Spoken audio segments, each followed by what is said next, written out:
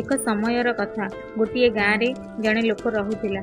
ସେ ଲୋକ ତା ପୁଅ ପାଇଁ ବହୁତ ଚିନ୍ତାରେ ଥିଲା। କାରଣ ତା ପୁଅ କାମଚୋର ଥିଲା, କିଛି କାମ କରୁନଥିଲା, ଖାଲି ଗାଁରେ ବେକାର ହୋଇ ବୁଲୁଥିଲା।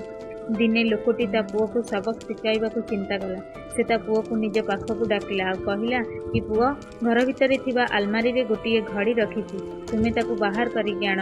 ପୁଅଟି ସେ ଘର ଭିତରକୁ ଗଲା, ଘଡ଼ିଟିକୁ ଆଲମାରିରୁ ବାହାର କରିକି ଆଣିଲା। ପୁଣି ତା ପିତା ତାକୁ କହିଲେ, ସେ ଘଡ଼ିଟିକୁ ବଜାର ନେଇକି ଯାଅ, ଆଉ ଯେତେ ଲୋକ ଭେଟ ହେବେ ସମସ୍ତଙ୍କୁ ଏ ଘଡ଼ିର ମୂଲ୍ୟ ପଚାରିକି ଆସ। ଏବେ ସେ ପିଲାଟି ଘଡ଼ିଟିକୁ ବଜାରକୁ ନେଇକି ଗଲା। ସେ ବଜାରରେ ସବୁ ଲୋକଙ୍କୁ ଘଡ଼ିର ମୂଲ୍ୟ ପଚାରିଲା। କିଏ କହିଲା ଘଡ଼ିର ମୂଲ୍ୟ 500, ଆଉ କିଏ କହିଲା 1000। ସବୁ ଲୋକ ଘଡ଼ିର ଅଲଗା ଅଲଗା ମୂଲ୍ୟ କହିଲେ। ଆଉ କିଛି ଲୋକ ଘଡ଼ିର ମୂଲ୍ୟ ସମାନ ରେଟ୍ କହିଲେ।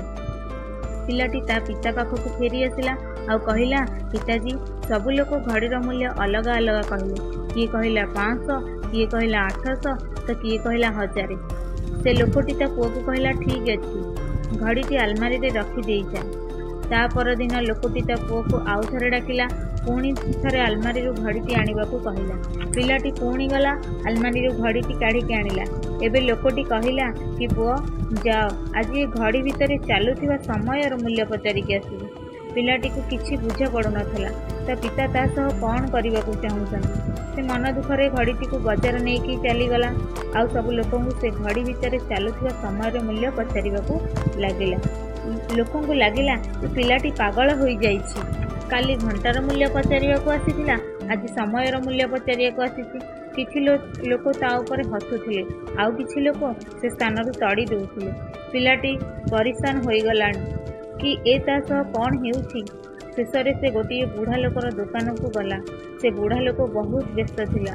ସେ ପିଲାଟିର ପ୍ରଶ୍ନ ଶୁଣି ବୁଝିଗଲା ସେ କ'ଣ ପଚାରିବାକୁ ଚାହୁଁଛି।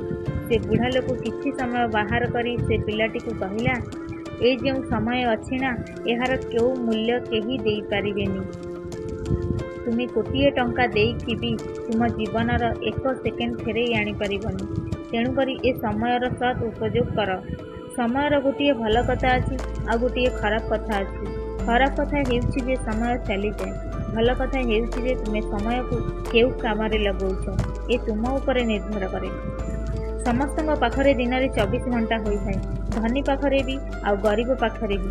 ବାସ୍ ଏ ତୁମ ହାତରେ ଅଛି, ତୁମେ ସମୟକୁ କେମିତି ଉପଯୋଗ କରିବ।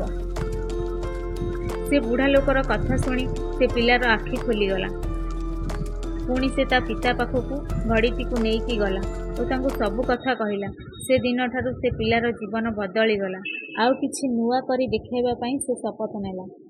ସମୟ ବହୁତ ମୂଲ୍ୟବାନ ହୋଇଥାଏ, ସେଥିପାଇଁ ଆମେ ତାର ସତ୍ ଉପଯୋଗ କରିବା ଉଚିତ।